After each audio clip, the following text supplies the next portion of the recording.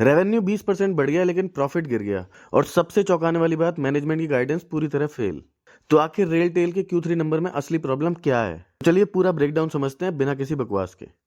तो दोस्तों, रेलटेल ने अपने Q3 के नंबर डिस्क्लोज कर दिए हैं। डेटा लैक्स में, मैं आपको करोड़ में सिंप्लीफाई कर रहा हूं। तो चलिए सबसे पहले बात करते हैं रेवेन्यू फ्रॉम ऑपरेशंस की। पिछले क्वार्टर में 951 करोड़, पिछले साल 767 करोड़ और इस क्वार्टर में 913 करोड़।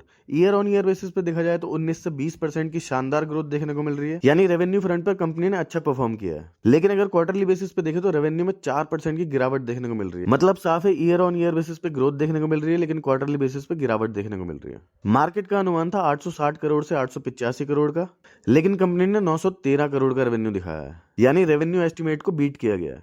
और दोस्तों, रेलवे सेक्टर में ऐसा बहुत कम देखने को मिलता है कि कंपनी के नंबर्स मार्केट एक्सपेक्टेशन से बेहतर हैं। तो चलिए अब आते हैं सबसे बड़ी समस्या पर, खर्चे। पिछले क्वार्टर में खर्चे थे 844 करोड़, पिछले साल 690 करोड़ और इस क्वार्टर में 829 crore.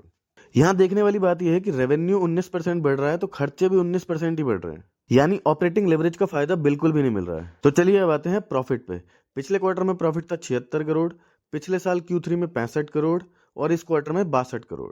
Year on year basis पे देखा जाए तो लगभग 4% की गिरावट देखने को मिल रही है, लेकिन क्वार्टरली बेसिस पे देखें तो 16 से 17% की बड़ी गिरावट देखने को मिल रही है। यानी साफ शब्दों में कहा जाए, रेवेन्यू बढ़ा लेकिन प्रॉफिट गिर गया। और यही सबसे बड़ी चिंता है। मार्केट को उम्मीद थी कि प्रॉफिट 74 करोड़ से 78 करोड़ के बीच आएगा, लेकिन कंपनी ने दिखाया सिर्फ 62 करोड़, यानी प्रॉफिट एस्टिमेट से काफी नीचे। अब असली सवाल यह आता है, पिछले क्वार्टर में मैनेजमेंट ने कहा था कि बिजनेस 25 से 30% की रफ्तार से बढ़ेगा। प्रॉफिट आफ्टर टैक्स में भी 25% के आसपास ग्रोथ होगी। लेकिन Q3 के नंबर में क्या दिख रहा है? प्रॉफिट बढ़ना तो दूर, गिर रहा है। यही सबसे बड़ा ट्रस्ट इशू है मार्केट के लिए। तो चलिए अब आते हैं मार्जिन्स पे। पिछले साल 8.47%, पिछले क्वार्टर में 7.99% और इस क्वार्टर में 6.83%। लगातार Q on Q और Y on Y बेसिस पे गिरावट देखने को मिल रही है। तो चलिए अब आते हैं EPS पे। EPS पिछले क्वार्टर में 2.37 और इस क्वार्टर में 1.94। तो दोस्तों, अगर ओवरऑल देखा जाए तो रेवेन्यू स्ट्रांग है, रेवेन्यू एस्टिमेट बीट हुए हैं, प्रॉफिट कमजोर है, मार्जिन्स गिर रहे हैं, मैनेजमेंट गाइडेंस पर सवाल खड़े हो रहे हैं। यानी नंबर मिक्स से थोड़े से वीक कहे जा सकते हैं। अब देखना यह होगा कि मार्केट इन नंबर्स को फ्यूचर ग्रोथ प्ले करता है या फिर मार्जिन प्रेशर स्टॉक।